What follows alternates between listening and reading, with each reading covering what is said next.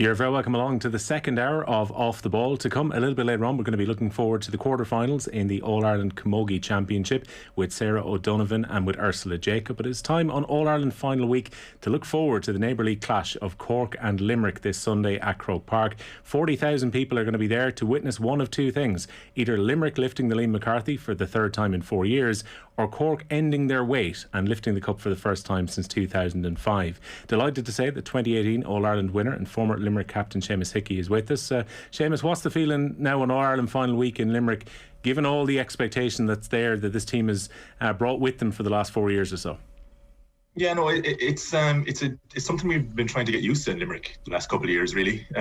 This getting used to success as a supporter is a very real thing.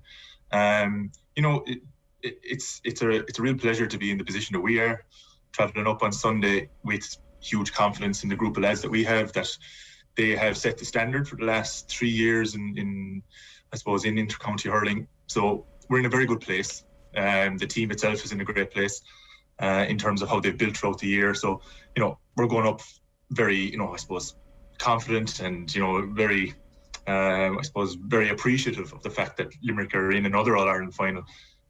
Considering for such a long time we were crying out for even a berth in the final. Does some of that confidence come from the Munster final this year too, when other teams would have wilted when Tipperary got a run on them, particularly in the second half of that first half? But the Limerick performance we saw, in the game-winning quarter, the third quarter of that game at Páirc Uí Chaoimh, and just the nature of the comeback, does that just go to show that even if this team finds itself into moments of adversity on Sunday, they'll back themselves to turn a game around? Yeah, and really that's the latest episode of that kind of performance, that ability to turn it on when the situation requires it, when the pressure is highest. This goes right back to 2018 when the run was one of, we would have played the best teams in the country and really come up against fine margins against Kilkenny, against Cork in extra time in All-Ireland semi-final games where, in the last 5 minutes it was anybody's game. And that has built even through 2019. The only sour note on it was the All-Ireland semi-final against Kilkenny that year, where they just didn't hit the pitch of the game and ran out of time. Ran out of luck in that touch off the hurling for the 65. Last year's All-Ireland final to me is probably still the high watermark for this team. With the pressure and the expectation on them in a big game, they hurled, I suppose, one of the best All-Ireland final performances I've seen since Kilkenny did it in 2008 against Waterford.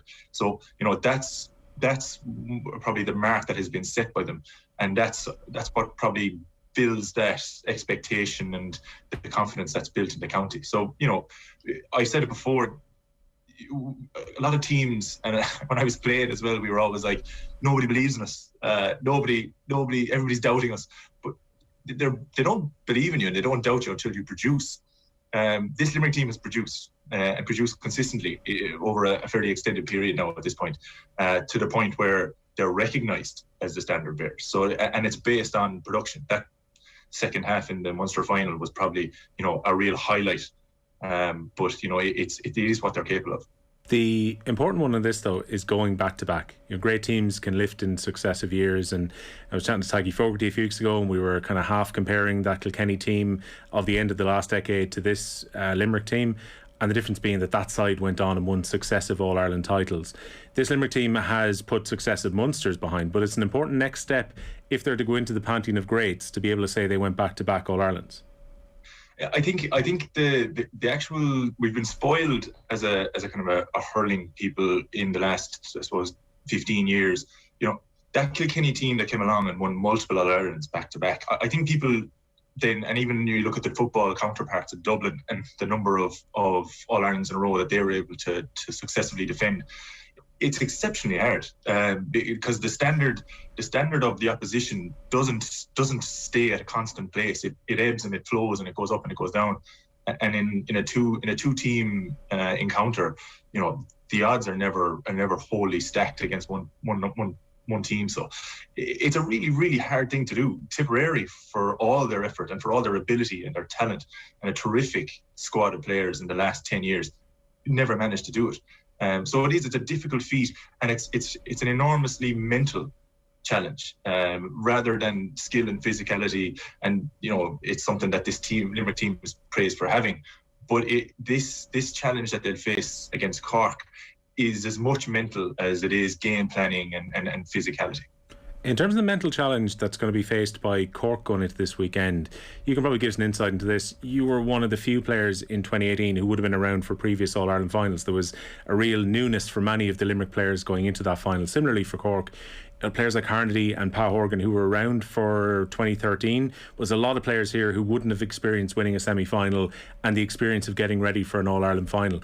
If players haven't done that already, do they just kind of relish the week going into it, or is there a special mental preparation that's needed going into a first All-Ireland final?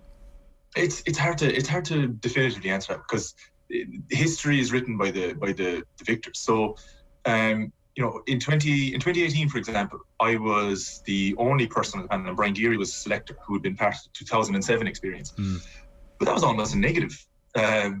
That experience didn't necessarily equip me any better, because it was probably one of the lowlights of my personal intercounty career. And for Brian, the same, Brian actually had the next game, same day, centre back. But the experience it was crushing, and it was emotionally scarring for years passing. So in many ways, and Cork have that now. They have I suppose a steady diet of success from their underage teams. They don't know how to lose. They don't expect to lose. They expect to win the games that they go to. It was the same for me coming from underage. I came into the Limerick senior team expecting to win, because that's what I'd done at university. That's what I'd done at secondary school. That's what I'd done with the Limerick minors, getting to an Ireland final. So sometimes freshness and youth has no inhibition and no baggage. And so one side of it are this Cork side coming in with a ball of enthusiasm and a swell of devil may care, we're going to hurl our best, and that kind of suits their playing style? Or is it a question of this Limerick team are experienced, they know how to handle the occasion? There's a crowd back in the stadium now for a large crowd for the first time in a long time, even though the semi-finals would have helped a lot there. So there's no definitive answer to this. It's either, I think Cork, I don't think the past inhibits any of them. Maybe it inhibits Pat Horgan and Seamus Hickey in their experience, but and maybe Owen Cadigan to a lesser degree. But it's, to me, I think the freshness of youth brings a lot of good things. And you mentioned already, Cork are on such a crest of a wave at the moment because of the way their underage teams are going.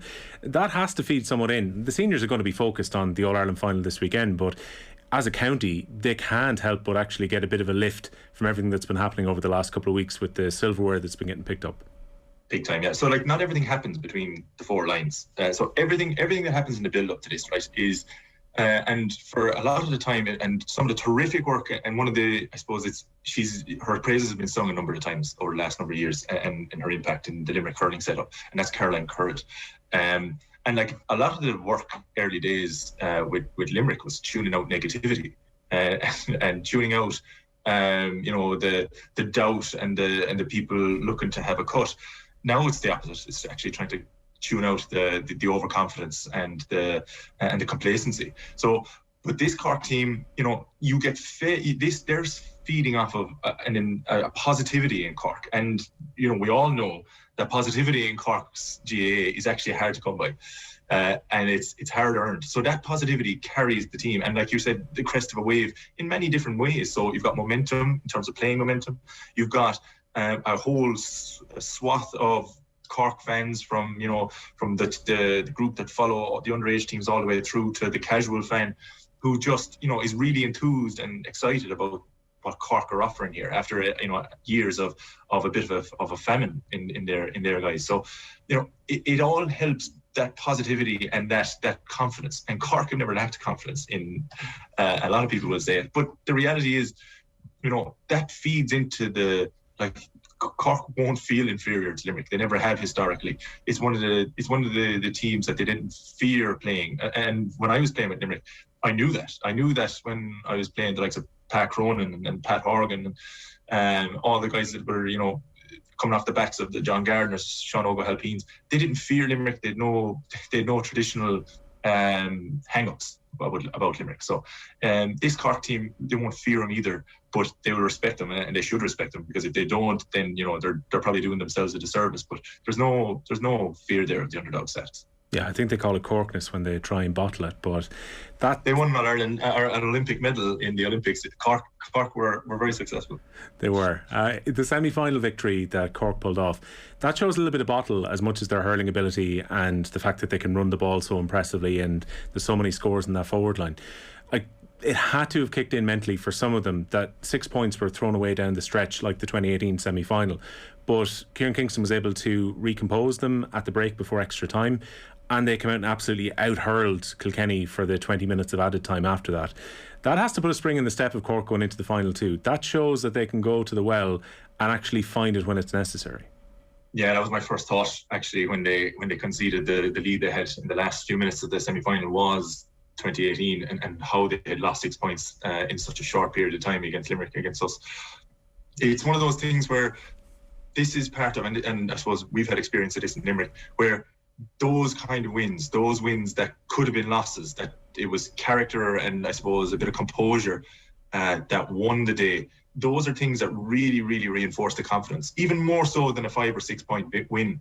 Those wins are the ones that kind of really bolster belief. And I suppose what's important in Cork is, they've really been determined this year to kind of instigate a plan of aggressive attack and running, built off of some of the influence obviously from Donal O'Grady, and the possession hurling that he likes to coach, and off the shoulder running, support play, and try and hold on to that ball and really make the opposition work to get it off you. So they've had to embrace a different way of hurling to a degree, but they've fully bought into it. And then the wins like the semi-final against Kilkenny is what reinforces the belief that what we're doing here is right. What we're doing here works, and what we're doing here gives us the best chance for success. So all those things stack up, and Kilkenny, they really did give him everything, and Cork I think should be probably grateful for the effort that Kilkenny put in at the end, because it really did harden them in the fire, and it's something straight up. I still think this Cork team is an ascending team, and whether they're actually at their best, I think they could be a far more dangerous animal even next year or even 2023. But that confidence that they're gaining, who says that this year isn't their year? Because I would have felt that in 2018 Limerick were probably won an All-Ireland early with the youth of the team that was there. That they were probably still ascending, and I suppose the years since have probably proven that. But I really did think that we were almost ahead of time and ahead of schedule in 2018. Could it be the same for Cork? It's a similar script. Well, you've hurled against Patrick Horgan, so you can give me an insight into him. For my money, he's the best hurler around who doesn't have an All-Ireland medal already. It reminds me a little bit of Joe Canning going into 2017, where for many neutrals they were happy to see Joe Canning walk up the steps and get his medal at the end of the game. Naturally, you'll want Limerick to win this weekend. But Patrick Horgan has been such an outstanding talent, such an outstanding scorer from frees and from play. He's a guy who deserves to lift Liam McCarthy at some point in his career. Yeah, and there's so many things about Pat Horgan. So I've marked him a number of different times, but his career has only gotten better the later in his years. So he's a better hurler now than he was in the first 4 or 5 years of his Cork career. So he started out in 2008. I'd argue that any of his last 4 or 5 years have been better than his first 5, and that to me is a guy who works exceptionally hard, a guy who puts in enormous work at his craft. He doesn't take anything for granted. I suppose that's why everybody would be, I suppose every neutral would be, wishing a guy who sets a really high standard, even when those around him weren't playing to that same standard over the years. He's a guy that I always knew that if you left him in space, you were choosing to let him score, because there wasn't a chance, that he go off. He was going to score. And when I was cornerback and he used to wander out on the middle, you had to make a choice. Were you going to leave the space inside for the 2-man full forward line, or were you going to sit back and know that Patrick Horgan was going to score at will? from loose ball. So he poses a lot of different challenges. He's was it 15 points off of Joe Kenning's new top scorer in the history of the game, in championship hurling's record. So that'll tell you the consistency that he's played with over the years, and considering himself and Joe came into the championship in the same year. So he is that level of talent, he is that level of ability. But what I admire most about him is his resilience and his ability to hang in there and to play to his standard and not to those around him or even the opposition. Can I ask you about John Kiely too? Because I was reading an interview with him earlier today where he said he was so stressed after the semi-final in 2018 he had to take a few days out, because that's how much it means with your own county when you're trying to get them over the line and make them champions. We often talk about Limerick's backroom team, and we talk about Connacht and the effect that he's had. What's John Kiely like as a manager to play under, though? Because one of the masterful things I think about John Kiely, we've probably learned very little about the inside of his setup because everyone keeps it quiet. Yeah, well, I suppose, is it that everybody keeps it quiet, or that everybody kind of just gets along and does their job? I think so. John reminds me a lot of some of the really, really excellent managers across sports. So even like the likes of an Alex Ferguson, for example, right? So John is an emotional guy. He'll tell you that, and anybody who knows him when he was hurling or when Galway are involved, right? He's an emotional guy. But with Limerick, he has been exceptional at measuring his response to things, taking in the information and making decisions. And when he's taken in information, then what's been really good about the team that he has around him is that there's no dead weight in the management setup in Limerick.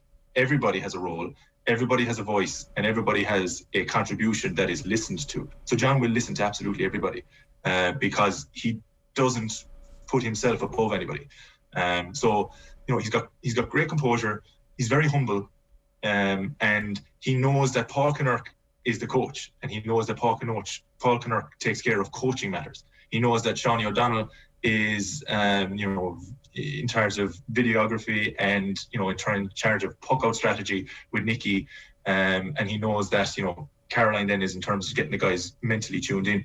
He knows all that, and he knows they all have jobs, and he lets them do their jobs. And then ultimately, he just brings it all together in a non-showy way to just basically say, right, everybody's done their jobs well, we're all prepared, we don't need anything dramatic, let's do what we practiced. And that is, to me, has been his best trait. In 2017, when he first came in, it wasn't perfect. And it was a work in progress. And he'll tell you himself that 2017 was a huge learning year for him. And that, as a manager, sometimes saying too much is the worst thing you can do. Sometimes you just let the players out there, knowing the preparation that they've done, and you just put in 2 to 3 key nuggets. I do remember a good story with Anthony Daly going into a conference with Joe Schmidt one year, and he was showing him his like, this is my sheet now for Sunday's game, and I got this point, this point. And Joe Schmidt goes, they've stopped listening after the first 2 points. You've lost them. So that kind of, to me, is what John Kiely is. He's been measured, he's learned from those around him, he values those around him, and he's tailored his approach to what he has. One final question. Will he have learned from the Munster final that it was a mistake to leave Aaron Gillane on the line, given the way Gillane hurled in the semi-final last time out? It wasn't a mistake. It was the exact right decision, genuinely. And really? it might look like that, but if you saw Aaron, and I'm a huge Aaron Gillane fan, but if you saw his performances in the previous 2 to 3 games, he picked the team on form, and he then provided motivation to one of the best players we have. So even given that, like, he's been so key to the system over the last 3-4 seasons, that, like, for an outsider, we look at it and think, look, Gillane is so crucial to the way that Limerick play. You think that's a man motivational thing, that the time that he spent in Páirc Uí Chaoimh watching the game was enough maybe to be a kick up the backside then? It's that I think the proof is in the performance since. Big, and if you take a look then, and again I'm looking outside of Limerick, but like in Dublin, was there anybody more important than the team in Dublin? Was Diarmuid Connolly more important than the team? Was anybody in that setup more important to the Dublin football team? No. And it's little demonstrations like that in the Munster final. No, they won the game.